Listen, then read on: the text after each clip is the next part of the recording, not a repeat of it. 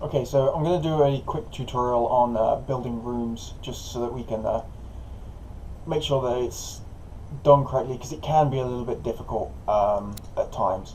So we're going to create a new tile map, and what you'll notice is the grid size is completely different. So we're just going to change the grid size for the grid that we're looking at to 0.1 and 0.1. That obviously then puts everything in nice little snappy grids of 16 by 16.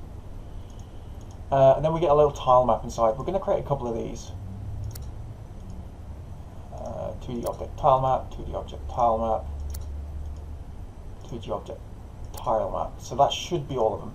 So we've got the background one, so we're going to call this floor, because this is everything that he walks on. Then we've got the behind player, so this is like stones, flowers that will be on the ground that the player will walk over. So this is like debris and just it's extra decoration. So we'll call it added floor or something like that. I mean, there I've called it behind players or whatnot. Then this is going to be our walls. Here we're going to have things that are above the player. So this could be like water that's dripping down from the ceiling, or it could be flies that fly around, or it could be a chandelier or anything. But in this case, we're actually going to be using it for these top parts of the walls. So we'll call these, we'll just call it on top. But basically it's going to be on top of the player. So the player is going to be rendered underneath them. And this is going to be our collision one, so we'll just call it col for now. So the first thing that you're going to want to do is, you'll notice that the sorting layers and the order in the layers are different for each one. And there's a reason for that. If, for instance, we were to draw the floor, and then we were to draw the added floor and the walls and stuff, but these sorting layers weren't set, some things would end up rendering behind, and I'll show you what I mean. If we just zoom in here, the first thing we want to do is we want to make sure that the active tile map is the one that we're working on. So if we click active tile map floor, it will show us that we're working with the floor one. If you can't see the tile map thing, you can just go down to tile palette and it'll bring it up down here. And you'll also want to make sure that the map one's selected. We can, on the floor one, we can brush in with single strokes, or we can click on this little square and create a room this way.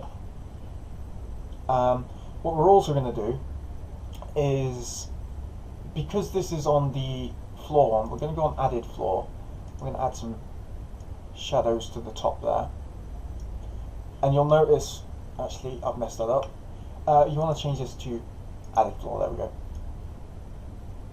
If we pop that there, you'll notice you can't see anything. And the reason for that is because we need to increase the order in layer so that it renders on above. So the higher the value is here, the higher it is, or the closer to you it is, and the lower the number, the further back it is. Then again, for the walls, we're going to need to change it over to walls. I'm just going to pop some walls in here. And again, we're going to want to have this on layer 2. And then we're going to stick some tops on, which is going to be on the added floor. Not added floor, it's going to be on, what's it on? It's on top, there we go. I'm just going to pop some of these in there. And then the final one is collisions.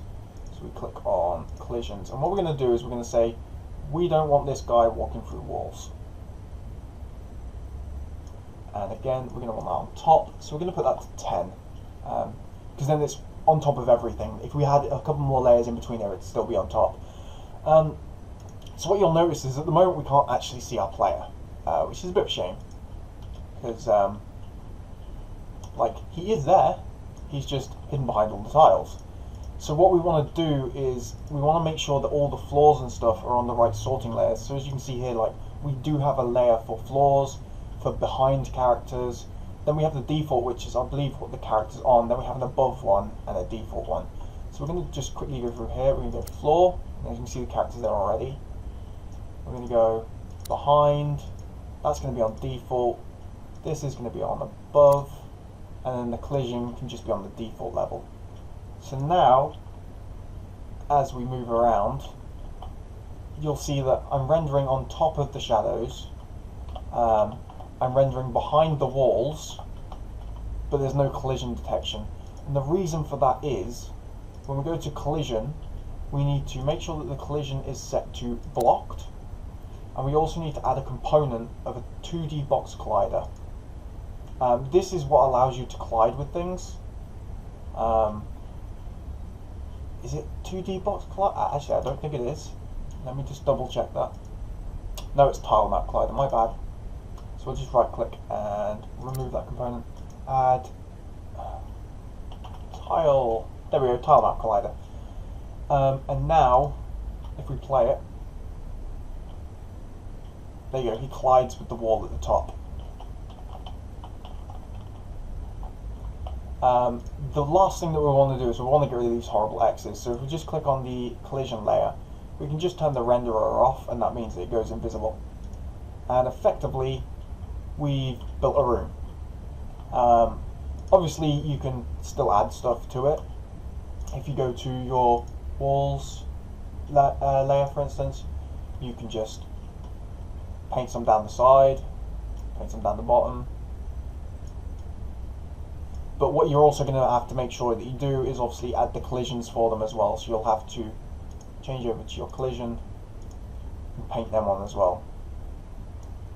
Obviously you can just about see where they are. And you'll see here that with the collision tiles painted, I do collide with the walls and stuff, but on these two tiles where I didn't put collision detection on, I can still walk behind them. So that's something just to keep in mind, is if you don't have it set to blocked, you don't have the tile map collider, and you don't have the actual tiles down, you won't end up colliding with anything, and you'll just end up walking straight through it. It is useful in some senses, because you can say, you can remove that tile, for instance, and you could place a door there or something, like on the wall, and you'd still get the backdrop of the wall, and your character would still be able to pass through it. I mean, you can't hit because this collision detection is a little bit too big at the moment, so we'll roll out that one as well.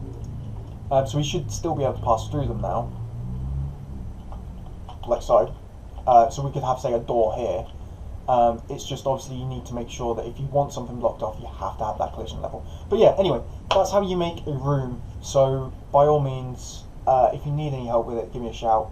But that should cover everything that you need to know.